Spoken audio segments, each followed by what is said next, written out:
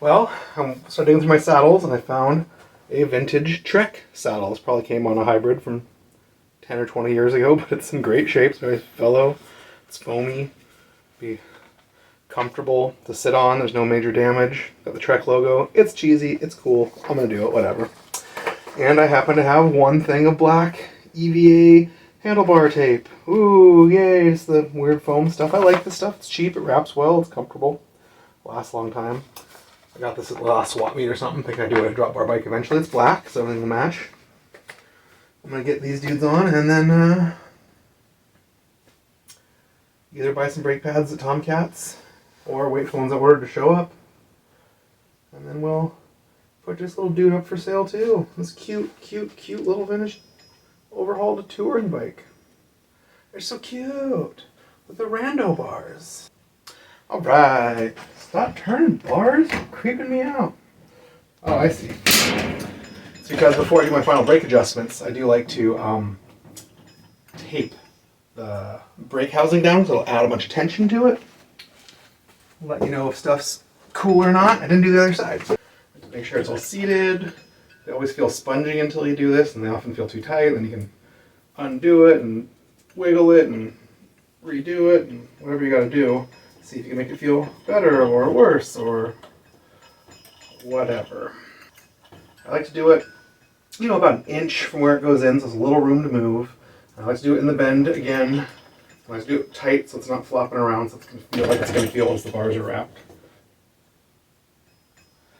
And I like to do it about the end, about where I'm going to finish the bar tape.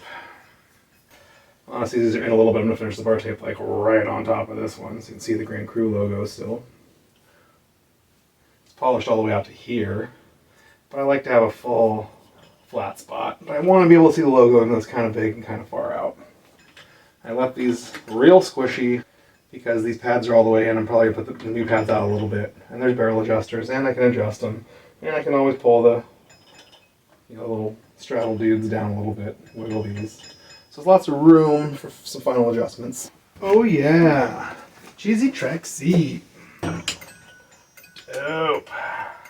And I'm going to do the bar tape because I do have some tips and tricks for wrapping bars. It's been at least 5 years since I wrapped a drop bar, so probably going to be rusty and make some mistakes. The addition of the bar and shifters adds a little bit of weirdness. All bar tape comes with these finishing tape strips. I never use them ever. They don't stick, they don't do anything, they fall right off, they're ugly. I'm tempted to use them on Brooks tape because it's like kind of big and cool, but it doesn't work. I believe that I wrap my bars backwards from how the rest of the world does it, and it's the rest of the world's fault. So you can go either way.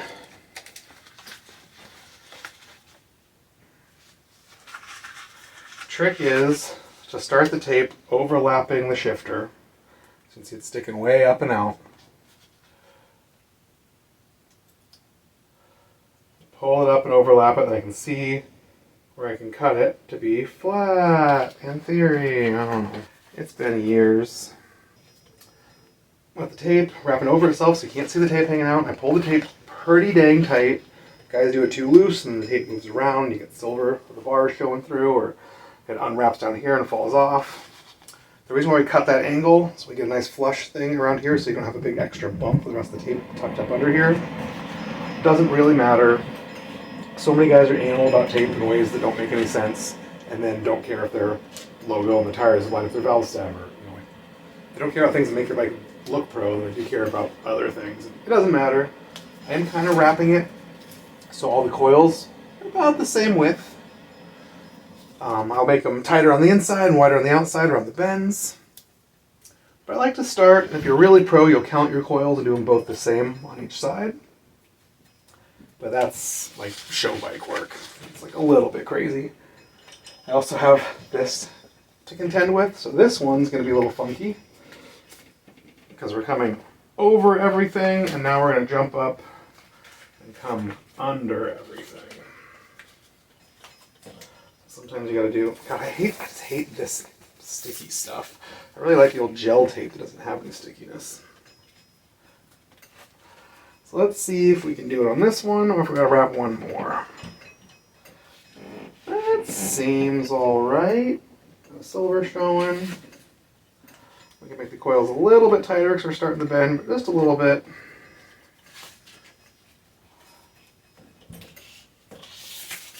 That's going to help us make this next one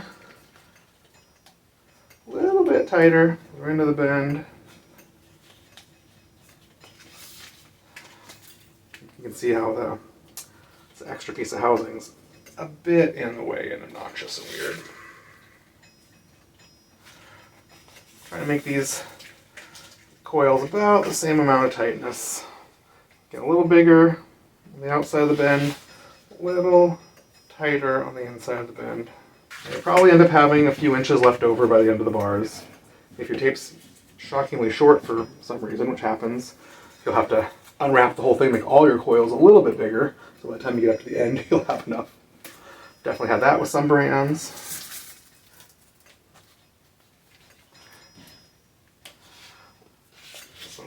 Fatter and fatter and fatter as the bend gets tighter and tighter and tighter, and skinnier and skinnier and skinnier. That way the tape will lay real flat. Try to do it the same all the way around, it will not lay flat, and it gets real weird, bubbly and bunchy and sticking up, and very unfun and annoying. They come with these things. These things are, I swear I put those in my pocket. There they are. These little things are always like ½ inch too long.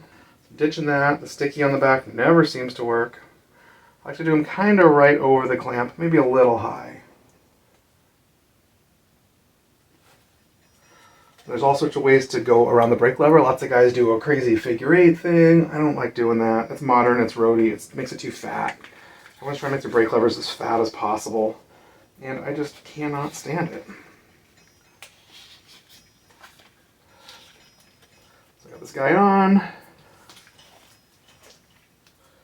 Gonna do real tight in here, big fat coil, wrapping around the brake lever, and just wrapping like normal. And hoping that there's enough of this black sticking out on both sides, we won't see any silver when the hood comes down. So, keeping it simple, not doing big figure-8s, not doing weird stuff. And now that I'm around, I'm going to pop this hood down and see. No silver showing. You can see little triangles from that little filler piece. But barely any, everything looks normal. Wraps are tight. Things are as sleek and skinny as possible. And we gotta start making these wraps a little bit bigger. They come out of here so tight. There's two theories to this. People like to, wrap around this bend, so we're doing fatter on the outside, narrow on the inside. But some people like to come out of this bend and then keep it at an angle. And some people like to straighten it right up out of the bend. I don't know. I do both. I'm trying to decide which one I like better. I don't really care. Usually just do whatever feels the most natural and gives me enough bar tape. I think I'm not going to have enough tape. So I am shy by inches because these wraps are too tight. These look pretty big down here. I'm going to see if that's something I can save up here. Imagine if it was a figure-8, I'd be real shy.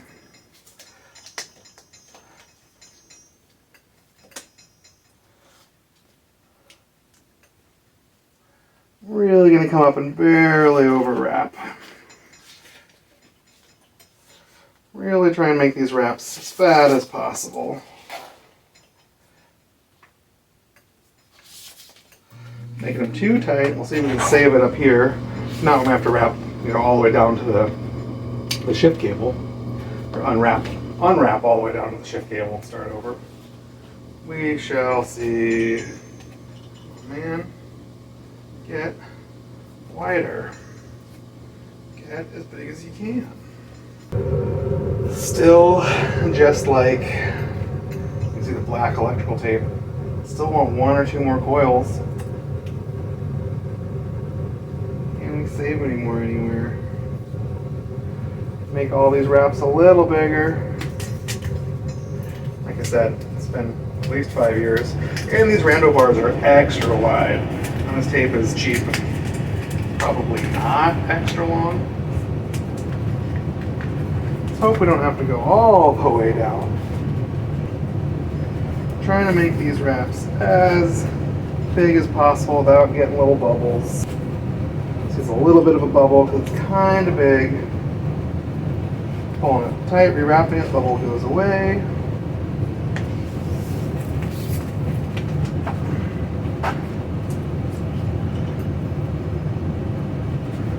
Barely making it tighter on the inside.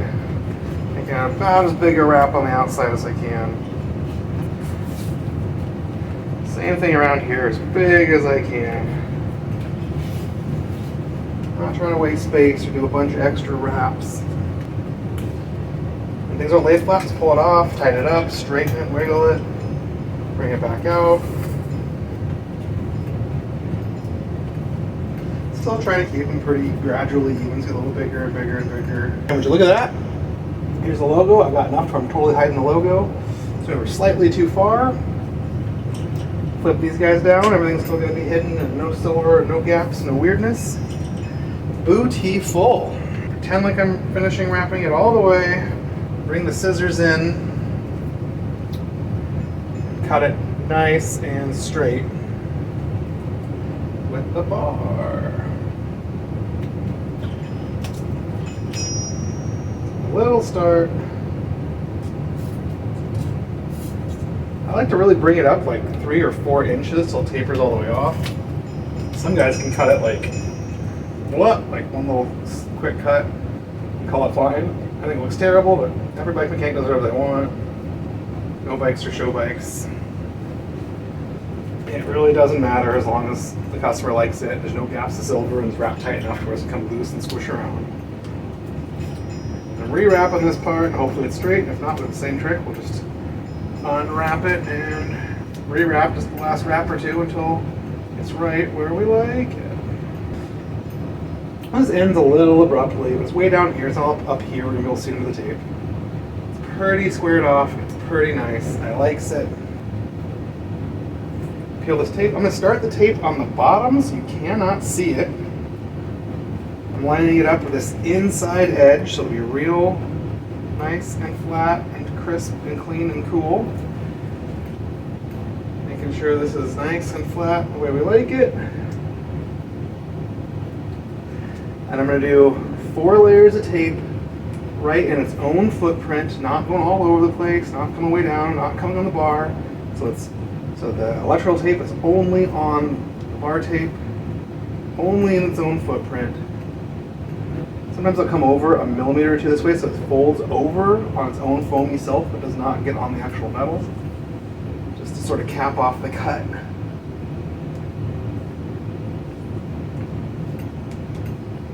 I pull it real tight, hold it down like I just tear it off. I think that's fine, but it's ugly. I pull it real tight, snip it, and rub it down. So it's like being teared off, but still really flat and clean. Now the real trick is to do the other side exactly the same. This side looks pretty good. Making sure there's no big gaps or ugly spots or anything weird. You don't put a bunch of tape on the outside or down here. Like, make it look subtle, make it look good. I'm not going to force you to watch the other side and do exactly the same, but mirror image. I'm going to start on the inside like I do. I'm going to look at the tape. So if you look, this thing's got the candy cane spirals sort of going this way. So I want them both to come in to match. I wouldn't want them both to be this way. So I'd start one normal and start the other one backwards. That'd be goofy. So I want them to be like mirror images of each other. So always just look. If it'll focus, you can see I got nice clean ends, little gap before the logo, wrapped basically in its own footprint. Focus, come on man. To this side. If you can see, got nice clean ends, little bit of a gap before the logo, wrapped only in its own footprint. And I'll take some de-stick them and rub this little part of the bar that shows down. You can see the the finish on the stem. This is Scotch-Brite finish. Nice tall, more roady, more touringy. I got some double-sided sticky tape. I'm going to do that next too. Here's the bar. Everything's hidden into the hood. This little triangle of the black. A lot of weird spots down here where this cable has to pop out, and it's normal. Just has to be that way. Nice and even back here. No bulge. Pulled tight. Should not come loose. Should be beautiful. Should not add any unknown stress or tension to the housing. Everything should move nice and free. So we know that this was all put in right. We taped it down ahead of time. Sometimes you put this stuff in goofy or it's not quite set. And then you don't really have any tape on the housing, and then you go wrap the bar, all of a sudden everything's tight and squishy and horrible. But look at these beautiful old generic Shimano logos that sort of match the Deore stuff so well. Bangarang.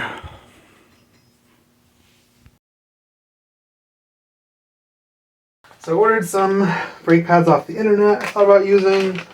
I also got this set from Tomcat Bikes. It's a set of Diacomps. I think I'm going to use them. They look the most like the original Shimano pads. Ooh, very Shimano-y. These don't say Diacomp on them. I swear they did. These are totally generic and totally hard. I think these are the Sunlight ones, which I used on a couple of bikes recently at the shop, and maybe one on my own bike, and I hated them. I'm not going to use these. So I went ahead and ordered just some Jaguars. They were cheap on eBay. Jaguar makes totally okay stuff. Some mechanics really hate it because they're snobs. There's nothing wrong with it. Let's do it. I'm glad I ordered these. This is 100 grit. I like 80 the best. Just taking the gloss off. The gloss is hard. The gloss squeals. The gloss leaves stains on the rims that cause squeals. Just barely sanding it till most of the gloss is off. So this old style Deore brake pad has an Allen wrench thing in the front, and that's really just for adjusting. You can also go up and down. It's also all concavey washers, so you can turn this little dial and change the toe in. So it's a lot of stuff, and it's a little frustrating. There's just too much stuff to do. More modern ones have the ball bearing hardware on these, and you can just do the whole thing with your three-way. Get it up and down and left and right. Not these old ones. It's nice that you can do all the adjustments you want. It just sucks that they are kind of hard and suck. Backside's a 10? It's a 10. It's a 10? It's a 10. It's a 10. Backside's just a 10mm nut. Just going to loosen it up a little bit. So you can see the difference in these pads. These Jaguars are longer, like the V-brake style. I don't like them being longer, but here we are. And they're also a little skinnier, which makes it a lot easier to center on your rim. So they're not hitting too low or too high and being annoying. A lot of rims are really, their brake surface is really small now. So it's cool. These old rock hard 40-year-old Shimano ones. You could hammer nails in with these. These do have lines on the post. I like that. You can kind of try and get them equal. Do one, maybe like 2 full lines to the very edge of the brake. We'll see if we can hold this in place and tighten it all down. See if that'll be a good start. It's loosely on there and it's all janky and wrong. Use this thing to turn it up. I might have to loosen it up to wiggle those other stuff in, because right now it's reverse toed in like cray. Now it's pretty flat. Still got right to the second line. It's a little low. Wiggle it. Wiggle it up a little bit. I want it up higher. Wiggle. I want it up higher. All the way. Oh, life. Well, let's that's a start.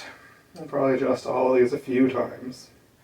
So it's still got reverse toe. It's still too low. It's still at the second little line. Let's play with this side. So this side's up higher, and this side's being a brat and not wanting to go all the way up. A lot of times old brakes and old hardware and stuff gets over tightened over and over in the same spot. And ow! Giant nut. A lot of times stuff gets tightened in the same spot and starts mangling that spot, and it's hard to make it be anywhere other than that spot. It's got its little groove, and that's where it wants to hang. So we'll see if that's the problem or not. It's just reversed toed like crazy. Let's move this little dude up and see what it does now. Okay, move it to the center. So this little knob on the top is really changing that toe in dramatically. Kinda in at all makes it reverse toed like crazy. Back at all makes it toed in like crazy. That's pretty flat, maybe a little toed in. So I'm trying to right up and down, right at that second line. Just holding it with this Allen wrench. Snugging it up a little bit on the back with the 10. And it is pretty close for starts. Pretty close. Let's see if this guy's still... We can get the quick release still to work. It's way too tight. I have a lot of barrel adjuster. Let's try it. It's way up. Let's bring it all the way down. Brand new pad set up correctly.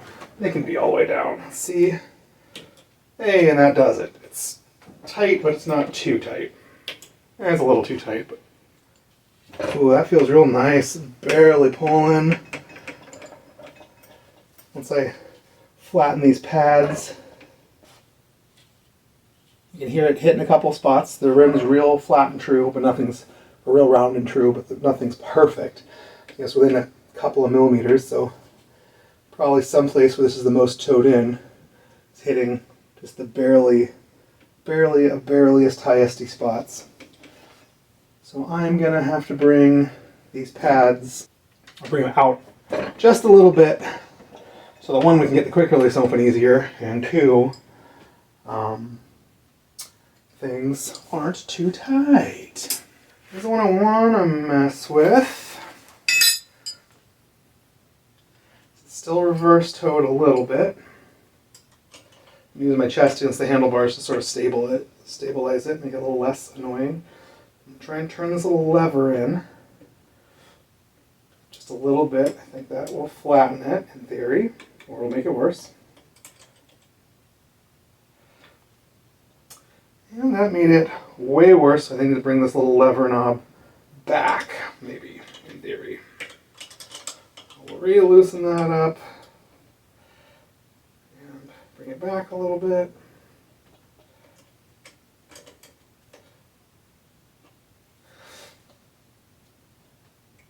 Cool. And I also want to bring the pad back a little bit, make a little more room because I'm out of barrel adjuster. So we're doing to the second line, but now it's a little bit too far. I want to really bring it, I'm going to hide that second line back up against the brake. So just by in like a millimeter.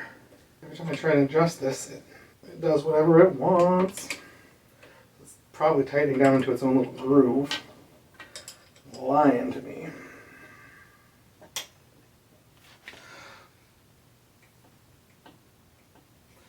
Cool.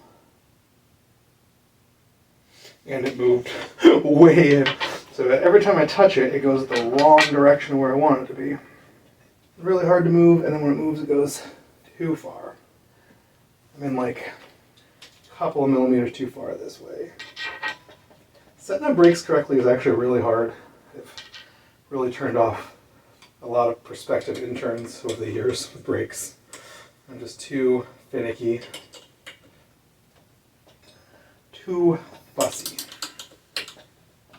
And they're just like, can't be good enough. I'm like, well, if you want your brake to wear a hole in your tire, well, if you want your brake to hang down below your rim and wear a big giant lip that holds the bottom of your rim so it won't release.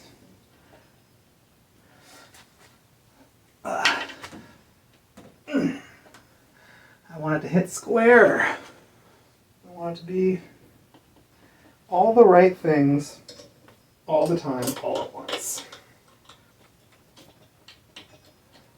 Now that's a lot easier. There's a little more room on this side, so I've got two choices. I can either futz with this brake and try and roll it back down to the next a couple millimeters past this line, or these brakes luckily have a spring tension screw. So instead I can actually just turn that screw in a little bit and just pull this brake over a tiny bit, changing the centering, which would be a lot easier to do, and it's such a tiny amount. Even really moving or wiggling that changes it. I think we'll try that before I spend 5 minutes fussing with this pad. A half a turn made it too much. Make maybe a quarter turn. Did it just right. This brake, I like the way it sits, make sure it's snugged up. Bang-a-rang. You can see the lever travel. People said the brakes up way too tight. I really do want it to be about halfway through the travel before it really engages and stops that wheel. That's going to actually give you some leverage. And when you pull too hard, it's going to give you more leverage, but it's never going to come back and hit the bar. You really don't want it to hit the bar and stop, because then you might really need that leverage and stop, and squeezing it and flexing all the cables and housing, flexing the rim and squeezing the rim, doing all that stuff, and have your lever dead end on your bar and not stop you and kill you in a panic situation. So lots of travel, but not so much as ever going to dead end. The barrel adjuster's all the way down now, so we can always roll it up to take out some of this pad wear. So this I'm happy with, as long as it doesn't squeal. We'll go test ride it. If it squeals, we'll change toe in and play with it a little bit. And sometimes changing the toe in makes it better. So everyone tells you, set up all your brakes toe in, just do it, because it's what I was told to do. It's not true. I usually set them up flat. If it squeals, I'll try toe in. If that helps, cool. If it doesn't, I'll toe them out a little bit. Sometimes just loosening and retightening these bolts will make them move just barely, minusculely enough to make a microscopic change and totally change the resonance and the harmonics and make it not squeal. Also, sometimes squealy brakes, no matter what you do, you can't get the squeal out. I clean them, I sand the pads, the rubbing alcohol, the rims. I'll straight sand the rims. Whatever you got to do. Tight. Now I'm just going to do the back, and then we'll set up the little sales sheet on it. Brakes are on and adjusted, front rear seems pretty alright. So I'm going to do some final adjustments to this headset, which might change everything, because this looks a little crooked, a little cable hanger. It all still shifts nice, everything's cool. We're going to measure the frame, and there's different ways of measuring frames for different kinds of bikes over different eras. Modern is stupid, don't look at any modern sizing chart. It's all for sloping top tube things, so I can make small, medium, and larges to try and stuff, people who need 14 different sizes of bikes on 3 bikes. It's stupid. This is a level top tube, and it's a Japanese frame. So really, the way we're going to measure it is from the center of the crank bolt to the top of the top tube. Maybe the lug right here, but not. If the lug sticks way up here, we're not measuring that. We're just going to the top of this tube. And so this measures a 53. Does that mean it's for someone who's like 5'2"? No. This makes my size, and I'm 6 foot. I'm 5'11", 3/4. Come on. It's also because it's a sporty touring bike, so the bottom bracket's a little bit higher, which makes the whole frame come up a little bit. And the wheels are 700Cs, and I got 35 millimeter tires on. So taller wheels makes the whole frame come up. Taller tires makes the whole frame come up. If we stuck some 650Bs on this, which we couldn't do because these brakes are in the way, but just in theory, if we stuck some smaller wheels and smaller tires, the whole frame would drop closer to the ground, meaning the top tube would come closer to the ground to make up the distance of the smaller tire, and then it would fit more like a 53. The top tube kind of gives it away. The top tube is a 56. We're going to measure center of the seat tube right here, right about the center of the lug, to about the center of the head tube here, right about the center of the lug, right along the top tube. If this thing had a sloping top tube or came way down lower, you'd pretend it was straight and measure up here. So you'd actually be measuring way up here to make up for this slope. This thing has a flat top tube, It's 56. So 53, 56 is kind of outrageous. That would be a crazy bike. Sometimes smaller bikes have longer top tubes just because the wheel and tire comes back. They just need to get the front wheel farther and farther out so you're not hitting it with your toes. So that's a scary thing on a lot of small bikes. But this thing really does fit like a 56. I got down on my hands and knees with a little flashlight and read the serial number off the bottom bracket, wrote it down. I'm popping this guy down, doing a stand over. So when I stand over this thing's up in my business. If I grab the stem and the saddle and lift it off the ground, I may be getting an inch of clearance below the tires to the ground. So this thing is my size, even though it's only a 56. Where my rando bike with smaller wheels is actually like a 61 to be this high up and have the bottom bracket in the same place. I just measured my Peugeot, which is an old late 60s or early 60s French bike, and it's a 60, but its standover is only like a couple of centimeters higher than this. Like, it's really up in my business. I really ride like a 58. So bike sizing is weird. You don't ride the same size bike in every different style and variation. Like, if this had smaller wheels and tires, this bike would be way too small for me. But it is like perfect. A 56 top tube with this 90 stem. It's nice. So once I got it on the ground, I'm looking at it and the bars look way more kicked up than I originally realized on the ground. They're like, whoop, kind of rolled up. So I'm going to kind of level them. I like them a degree down, feel more racy. Most customers like them a degree or 3 or 7 up because they're crazy and want to be able to see the levers, and I don't know why. Righty tighty, so lefty loosey. A little loosier than that.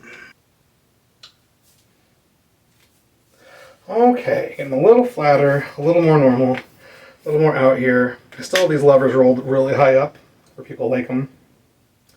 If it was up to me, I would put them a lot farther down so that I could reach them easier from the drops, but most people are not going to be trying to break from the drops.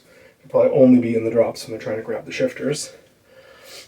Oh, this is driving me nuts. So there's little lines on the bar. There's like 2 millimeters sticking on this side and like 3 or 4 on this side, so I'm going to see if I can straighten it out. Get these less obviously not perfectly centered. It's probably right back where it was. These bars about level, then we'll snug her up. I'm a heavy guy. I make bars slip, so like many spots on a bike, I like to over tighten things too much. Probably damage things more than fix things, but I don't want my bars to slip.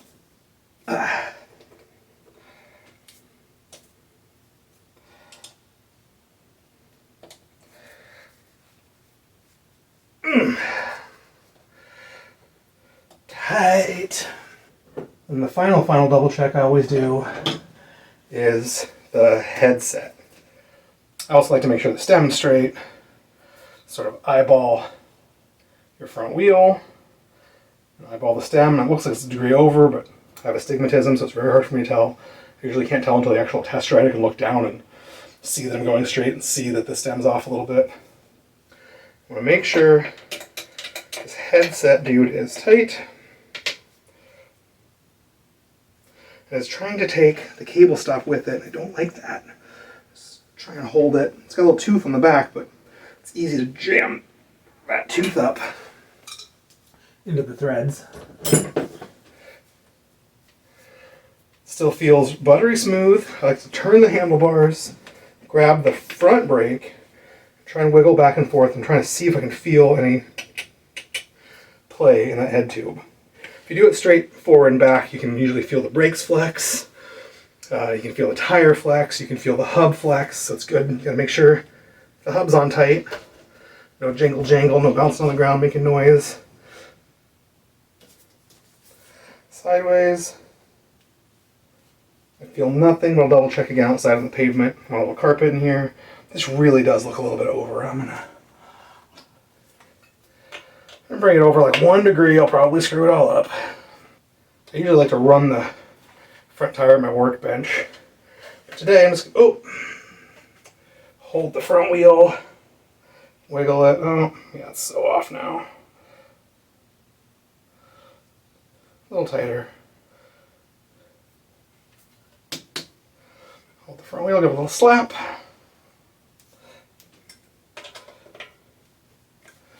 And you never want your stem to be up past that minimum insertion line.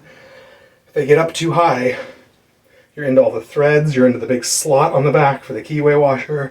That steer tube and the fork is real thin. And you go and over tighten that stem and it's too high, that wedge will push out and it'll bulge and blow up your fork. It'll crack it. It'll bulge, it'll blow those stems out, the threads out. Then you won't be able to unthread the headset because the stem's on too tight. So it's all bulged out into the threads like it's a nightmare. So never go up above your minimum insert. Wow! I put the seat post up super high because I thought this bike would be so little. But now that I know it's my size, I put it down a little more reasonable. I did sand, I scuffed the seat post to make it look kind of a uniform finish. So I don't want to get it down too low, and I call that scuffing.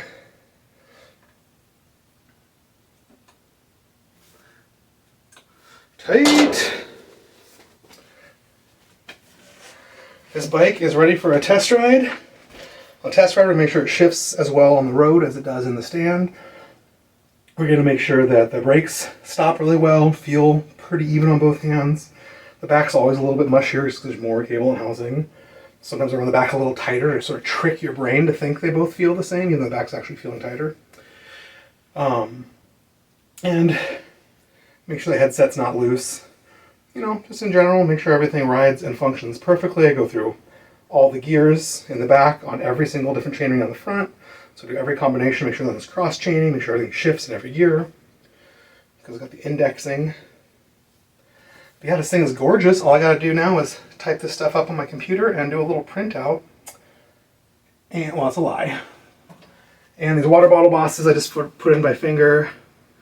I'm gonna tighten them down. I'm not throwing a water bottle cage on here. I'm not throwing fenders on, I'm not throwing racks on, even though I want to. I like to do finished builds, but that stuff's all superfluous. If you're going to sell this to somebody, they want it to look as naked and clean as possible.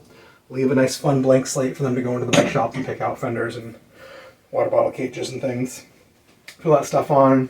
It's just going to make it look heavy and bulky. You're spending money on it, they're not going to like it, they're going to want you to take it off, they're going to want to change it. So that's a little sad. Because this bike will look good with some hammered Velo Orange fenders and some Velo Orange water bottle cages. And of course, I didn't tighten those ones down either. Little Velo Orange Randonneur front rack would look real good. Maybe they're full-on Tourist back rack. Maybe they're Tourist front and back rack. Just to be, you know, keep it touring-y. But God, this bike looks good. Vintage Trek 520 from, I'm assuming, the very early 90s. Somewhere between 89 and 91 or 2, but I'm not a Trek expert.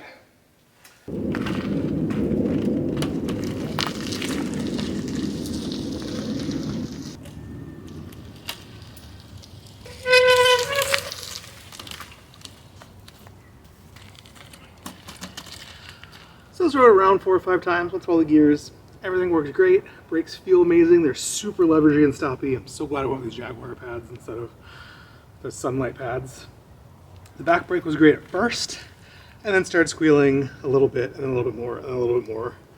So I'll give it a little clean and another test ride, maybe a little adjustment, and we'll clean the bar and stem and put the head badge on. So cool. Let's work on it. Okay. Back in the stand. Of course, the back brake's squealed. It's actually towed in a little bit. Sounded like it was this one. I could be wrong, it could be this one. It's very annoying, very stupid, I hate it a lot. Make a real minor adjustment. This one, it seems flexy, it seems whatever. Hoping it's not the other one, it's very hard. If I have to do more adjustments than this, I'll take the tools outside because it's just hard to work on the stand. The back brakes, especially this one up against the wall and stuff, it's just It's just silly. Okay, minor adjustment. We'll see if that helps at all. Also didn't squeal the first few stops, so it's probably really just grease on the rim or whatever. If I was smart, I would just scuff the pads a little bit more, maybe rubbing alcohol the rim real quick. Get rid of any oil, grease residue left over from my hands from working on this stuff. Not cleaning it awesome enough. Ooh, heartburn. I have a lint-free paper towel. They're blue, they're a little more expensive. They're nice for working on stuff. We don't want to contaminate things with lint. Those red rags are so linty. Regular paper towels are so linty. I'm just gonna start the valve stem so I know where I'm starting and rub some rubbing alcohol into this rim. All the way around, got a lot of dirt off. Switch to a new spot. I'm gonna go the other way. A lot of greasy fingerprints, a lot of oil, a lot of stuff that can cause a squeal. I'm gonna hit it, I got most of it off. Hit it a little bit again, mostly dry spot. Go around with an all dry spot. Come on, man, let's hope that works. We're talking about getting rid of this old stickum residues, making this thing pretty. This is Goo Gone. It's the only brand I recommend. There's like Goof Off and some other kinda brands that sound similar. But this stuff works, and that stuff I feel like melts paint and damages parts. I'm not super stoked on it. A clean spot on this paper towel. Rub it in there. Just gonna kind of rub it on and let it start soaking in. Give it a few seconds before we go too nuts. Another clean spot on the rag. Come in. Really start getting it on there. Start roughing it up. I like to use old pant legs and stuff sometimes, a little texture from the cloth, so it helps eat this junk off. All that sticky stuff just looks like dirt and scratches. A little thumbnail like a razor blade just scraping away at this junk. It's helping. Took the head badge, just poured some of the stuff in here and just let it sort of sit and rock. It seems like it's working. It's almost letting the whole sticky layer peel right up and off. Try and be kind of careful because I don't want to mangle the actual head badge. It's kind of working, just not the way I would want. I think I need to get more up and under. Come on, toxic chemicals, do your stuff. Soak into my skin. Soak into my lungs. Let's get this stickum off. Probably should have just super glued it. At the bike shop, we had our own head badges custom made for all of our handmade Norther bikes. And we would sand the inside of the head badge and sand a little spot on the head tube. And then we'd use JB Weld, just like a 2-part epoxy. You know, the white trash way of fixing stuff. We'd use that to epoxy them on. And that seemed to work just fine. Barforama. Maybe some sandpaper will help. Took some sandpaper and I got this sort of sticky upper layer of the tape off. And then I soaked in some more of the Goo Gone. And yeah, I started trying to use the rag and it barely worked, so I started using my thumbnail and it was working great. Now this soaked bottom sticky layer doesn't have this like upper paper plasticky layer of protection. It's just coming right off. Then we'll use a little clean rag and a little more Goo Gone just to finish her off. This whole process has probably taken 5 or 10 whole minutes of experimenting. But you can see it's mostly gone now. There's a little stickum on there still. Almost all gone. 5 or 6 minutes with the Goo Gone and a rag and your thumbnail. Is it worth it? I'm hoping so. I'm hoping so. Got a clean rag, use a little rubbing alcohol. Want all that anti-stick chemical off because we want this to stick to the new tape. Rubbing alcohol dries real fast, looks good.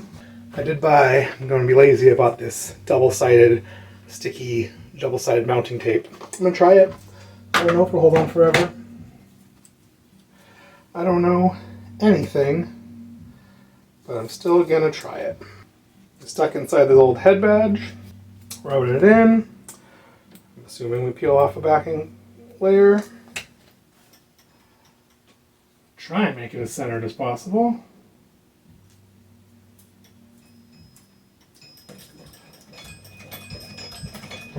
A lot of these old head badges just came with some double-sided sticky tape like this, so hopefully that's all it'll need, and that'll do it. Doesn't feel like it's gonna fall right off.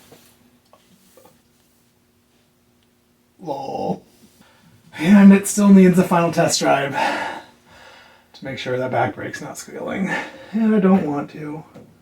Oh, look, there's more sticky down low. It's good enough, man. All right, second time's the charm.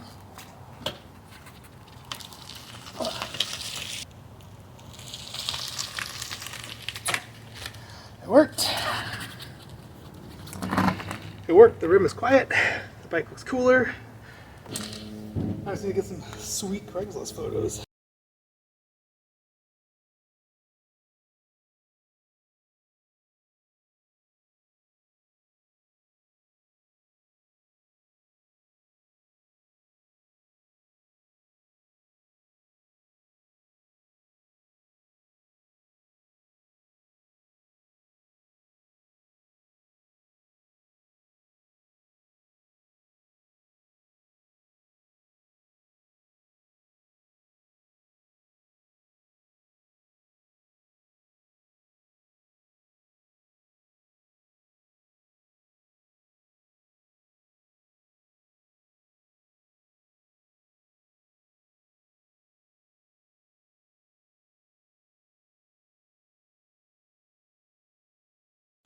And that's about it.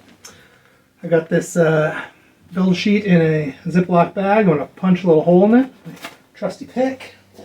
I got a reusable bead tie. You can find these anywhere. They're wonderful for keeping parts together. You know, brake levers, pedals, whatever. Also great for hanging things on bikes. And they're reusable because they're beads instead of regular zip ties. Most of the better bike shops will switch to them.